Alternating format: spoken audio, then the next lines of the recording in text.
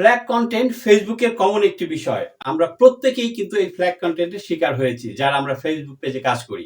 আজকে ভিডিওতে দেখিয়ে দেব কিভাবে আপনার পেজে বা প্রোফাইলে যদি ফ্ল্যাগ কন্টেন্ট চলে আসে আপনি সেটাকে কিভাবে রিমুভ করবেন।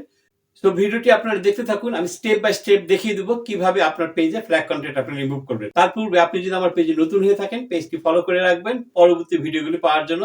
আর এই ভিডিওটি যদি আপনার ভালো লাগে তবে শেয়ার করে অন্যদের দেখার সুযোগ করে দিবেন। তো চলেন আজকের এই কাজটি শিখে নেওয়া যাক। প্রথমে আমাদের সবাইকে জানা দরকার যে ফ্ল্যাগ কন্টেন্ট কেন আমাদের ভিডিওতে আসে, কি কি কারণে। ফ্ল্যাগ কন্টেন্ট মূলত প্রথম এবং প্রধান যে কারণটি হচ্ছে সেটি যদি আপনি কখনো কারো ভিডিও ডাউনলোড করে যদি সরাসরি আপনার পেজে বা আপনার প্রোফাইলে দেন তাহলে কিন্তু আপনার সেই ভিডিওটাকে মেনশন করে আপনার ফ্ল্যাগ কন্টেন্ট চলে আসবে।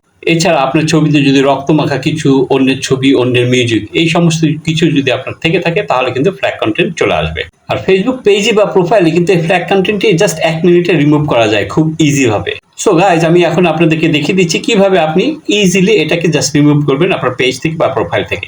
ওকে, আমি আমার পেজ থেকে সি ড্যাশবোর্ডে ক্লিক করছি। ক্লিক করার পর এখানে একটু নিচের দিকে নেমে আসবো, এসে দেখেন পেজ রিকমেন্ডেশন লেখা, এখানে ক্লিক করে দেবো। ক্লিক করার সাথে সাথে দেখবেন এই যে এখানে ফ্ল্যাগ কন্টেন্ট শো করবে, এখানে দেখেন page has flag content. So guys, এখানে দেখেন রিভিউ কন্টেন্ট লেখা রয়েছে, এখানে ক্লিক করে দেবো।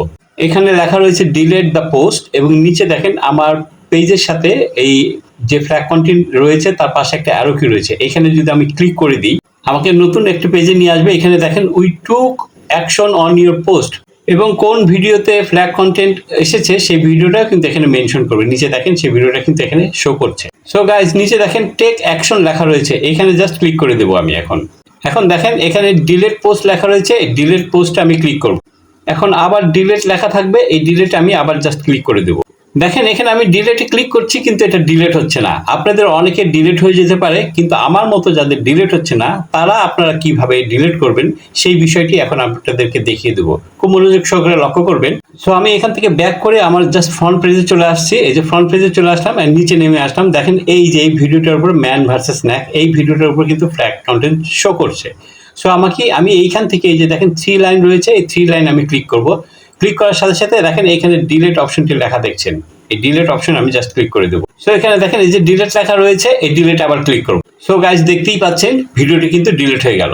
এখন আমি এখান থেকে জাস্ট আমার এই পেজটাকে জাস্ট একটু রিফ্রেশ করে নেবো। যে রিফ্রেশ করে নিলাম, এখন উপরে যে আইকনটি দেখছেন এখানে ক্লিক করব, করে নিচের দিকে নেমে আসবো।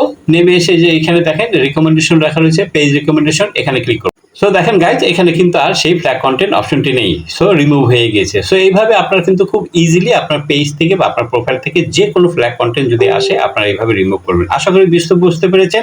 ভালো থাকবেন, খুব শীঘ্রই দেখা হচ্ছে নতুন ভিডিওতে। টাটা।